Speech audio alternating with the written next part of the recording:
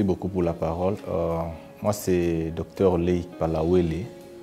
Je suis médecin traitant à l'hôpital général de Matete dans la ville de province Kinshasa. C'est un hôpital public. Donc, je reviens de l'Inde, c'est depuis le mois d'avril, où j'ai suivi une formation en reproduction assistée à embryologie. Et voilà, c'était ça l'objectif de mon déplacement, grâce à la bourse de la Fondation Merck. Oui, merci beaucoup. De prime abord, je vais dire qu'il s'agit d'une très belle formation, une formation à la hauteur, parce que l'université dont nous étions allés pour la formation, c'est une université d'une très grande renommée en Inde, une université où même certains pays envoient les leurs pour suivre des formations, mais également des études universitaires où on s'est croisé même avec des Italiens, des Américains. Vous comprenez que c'est une université qui est à la hauteur de former des gens, tant sur les plans théoriques que pratiques. Donc, il n'y a pas eu de complaisance pendant toute cette formation. C'était une formation à la hauteur et nous en sommes bénéficiaires. Nous ne pouvons que témoigner la hauteur de cette formation. Donc, vous savez, comme l'objectif de la formation a été de rendre les corps professionnels médicaux à la hauteur de résoudre certains problèmes critiques par rapport à ces domaines d'infertilité. Alors, les premiers problèmes étaient que c'était un domaine tellement difficile à comprendre comment ça fonctionne. En tant que médecin, au départ, on avait du mal à gérer ce genre de problèmes. Quand le couple vous revient pour la consultation ou désorientation, on était bloqué. Mais grâce à cette formation, nous avions pu comprendre que c'est possible de résoudre ces problèmes. Et cette formation nous a ouvert des diapasons pour que nous puissions comprendre les causes et comment prendre en charge ce genre de problèmes. Et c'est grâce à ça que, en revenant au pays, nous avions pu améliorer notre manière de travailler en fonction des recommandations internationales qu'on a pu bénéficier au travers de cette formation. Maintenant, là, grâce à cette formation, on est en train d'actualiser, d'harmoniser nos structures par rapport aux recommandations, mais également aux orientations que cette formation nous a donné comme opportunité dans notre structure locale. Oui, je dirais en quoi?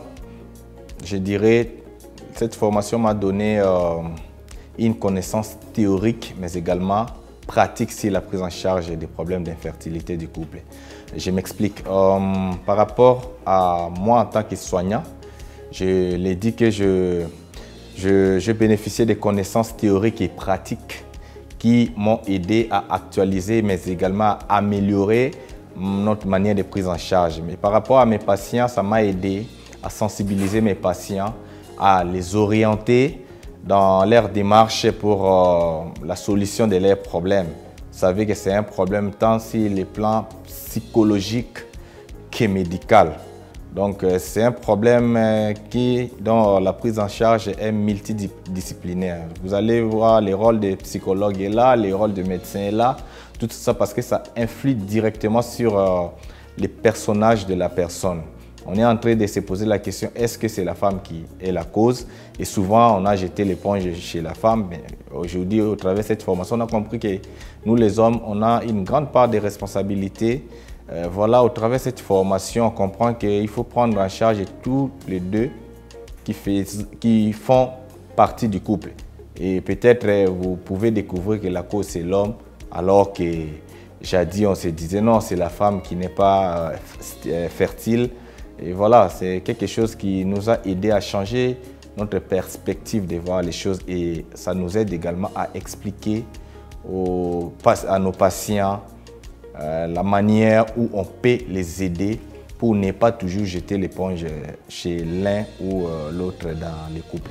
Voilà, la probabilité, je peux dire, elle est un peu moindre parce que ce n'est pas, nous ne sommes pas dans une structure spécialisée qui puisse gérer ces problèmes. Si nous étions peut-être dans de telles structures, on pourrait gérer ces cas au quotidien et ça pourrait nous donner un aperçu par rapport à la probabilité. Mais s'il y a des cas qui viennent dans ce sens-là, on est à la hauteur de les orienter. Ou soit nos amis, comme ils savent que nous avions suivi une formation dans ce secteur, ils nous demandent toujours des orientations, des conseils.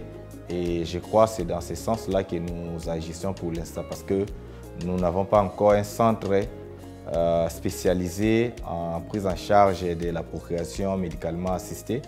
Donc nous travaillons d'abord avec les moyens de bord en attendant que dans la mesure du possible, les jours où on aura l'opportunité d'avoir un centre spécialisé, c'est là que nous allons donner tous les avis et les détails possibles par rapport à la prise en charge des problèmes d'infertilité du couple. Oui, un mot, je dirais, c'est un mot de gratitude à l'égard de la Fondation Merck, en partenariat avec la fondation de la première dame de notre pays, Mme Denise Nyakero Tshisekedi.